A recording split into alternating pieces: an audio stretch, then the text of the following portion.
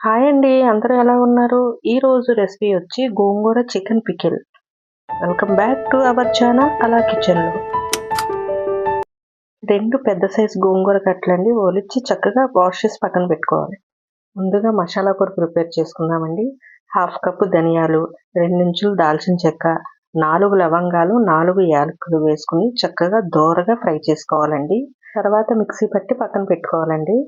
ఇది KG chicken అండి. Skinless and boneless కూడా. ఈ సైజులో కొట్టించుకోవాలి మనం పీసు. ఇప్పుడు పాన్ తీసుకొని క్లీన్ చేసుకున్న చికెన్‌ని వేసుకోవాలి.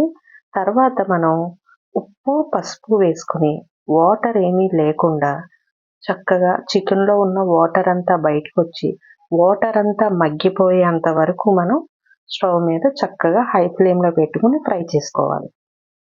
వాటర్ అంతా పోవాలండి. చక్కగా మూత పెడితే ఒక 5 మినిట్స్‌కి వాటర్ వస్తుంది. ఆ వాటర్ అంతా చికెన్‌లో ఉన్న వాటర్ అంతా ఇంకిపోయేంత వరకు మనం చక్కగా ఉడికించుకోవాలి. హై ఫ్లేమ్‌లో పెట్టుకొని ఉడికించుకోవడం వల్ల ముక్క చిదునవ్వకుండా చక్కగా ఏ పీస్‌కి ఆ పీస్ ఉంటుందండి. లోపల కూడా సాఫ్ట్‌గా ఉంటుంది. హై ఫ్లేమ్‌లో పెట్టుకొని ఉడికించుకుంటేనే మంచిది. ఇదిగోండి వాటర్ అంతా ఇంకిపోయి చూసారా? చుక్క తడి కూడా లేకుండా చక్కగా పొడి పొడిగా ఉడికించుకోవాలి. చూడండి ఎంత పొడి పొడిలాడిపోతుందో ముక్క. ఇప్పుడు వేరే పాన్ తీసుకొని డీప్ ఫ్రైకి సరిపడా ఆయిల్ వేసుకోవాలి. 1/2 కేజీ ఆయిల్ దాకా వేసానండి నేను ఈ పికిల్‌లో. ఇదిగోండి ఆయిల్ కొంచెం వేడయిన తర్వాత ఉడికించిన ముక్కలన్నీ చక్కగా వేసేసుకోవాలి.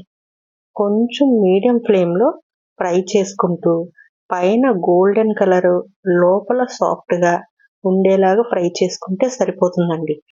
బాగా డీప్ ఫ్రై చేసుకున్న పీస్ కొంచెం గట్టిగా ఉంటుంది. ఇలాగ వేగిపోయిన తర్వాత ఒక 3 టేబుల్ స్పూన్ల అల్లం వెల్లుల్లి పేస్ట్ అండి. ఫ్రెష్‌గా రుబ్బి పెట్టుకోవాలి. పికిల్‌కెప్పుడు ఫ్రెష్‌గానే అల్లం వెల్లుల్లి పేస్ట్ రుబ్బుకోవాలి. 2 రబ్బుల కరివేపాకు కూడా ఇప్పుడే వేసుకోవాలండి. కరివేపాకు వేసుకుంటే చాలా టేస్ట్‌గా ఉంటుంది పికిలు. అల్లం వెల్లుల్లి పేస్ట్‌లో పచ్చి వాసన పోయేంత వరకు మీడియం ఫ్లేమ్‌లో చక్కగా ఫ్రై చేసుకోవాలండి. ఇప్పుడు ముందుగా మిక్సీ పట్టుకున్న గరం మసాలా వేసుకోవాలి. ఇది 2 స్పూన్లు వేసుకుంటే సరిపోతుందండి. ఎక్కడ చెమ్మ లేకుండా చక్కగా పచ్చి వాసన పోయేంత వరకు ఫ్రై చేసుకోవాలండి. అల్లం వెల్లుల్లి పేస్ట్ సరిగ్గా వేగకపోతే పచ్చడి నిలవ ఉండదని గుర్తుంచుకోవాలి. అలాగే చిటికెడు సాల్ట్ వేసానండి. నేను ఆల్రెడీ ముక్కల్లో ఉప్పు వేసి ఉడికించాను కాబట్టి నేను తక్కువ వేస్తున్నాను. ఇలా ఫ్రై అయ్యాక తీసి పక్కన పెట్టుకోవాలండి. చికెన్ ఉడికించిన పాన్‌లోనే నేను గోంగూర కూడా వేపుకుంటున్నాను. ఆయిల్ ఏమీ లేకుండా నేను గోంగూర వేస్తున్నాను ముందు. తర్వాత మనం కొంచెం ఆయిల్ వేసుకుందామండి. చికెన్ ఉడికించిన కళాయిలోనే ఈ గోంగూర కూడా వేసేసుకొని ఉడికించుకోవచ్చు. నేను శుభ్రంగా 2 కట్టలు గోంగూర తీసుకొని చక్కగా కడిగి ఆరబెట్టుకున్నానండి. ఖచ్చితంగా చెమ్మ లేకుండా కడిగి ఆరబెట్టుకోవాలి ఇది. ఇదిగోండి ఇప్పుడు కొంచెం నూనె వేశాను. నూనెలో చక్కగా వేగిపోవాలి. గోంగూర నుంచి ఆయిల్ సెపరేట్ అవ్వాలండి. అంతవరకు వేయించుకోవాలి మనం. చక్కగా సిమ్‌లో పెట్టుకుని వేయించుకోవాలి.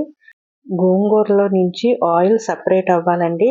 అలా అయితేనే మీకు పచ్చడి ఎన్ని రోజులైనా నిలవ ఉంటుంది. నేను కేజీ చికెన్ తీసుకున్నానండి. 2 కట్టలు గోంగూర తీసుకున్నాను. నాకు 1/2 కేజీ పికిల్ వచ్చింది.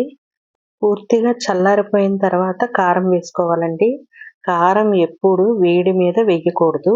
వేడి మీద వేస్తే బ్లాక్ వచ్చేస్తుందండి. పూర్తిగా చల్లారిన తర్వాత మనం కారం వేసుకుంటేనే మంచి కలర్‌గా చాలా బావుంటుందండి. కారం బయట కొనమండి మేము. ఈ కారం మేము ఇంట్లోనే తయారు చేసుకుంటామండి. నాకు కస్టమర్ ఒకళ్ళు ఆర్డర్ ఇచ్చారండి గోంగూర చికెన్ కోసం. ఆర్డర్ ఇచ్చిన రోజే ప్రిపరేషన్ మొదలుపెట్టుకుంటామండి మేము.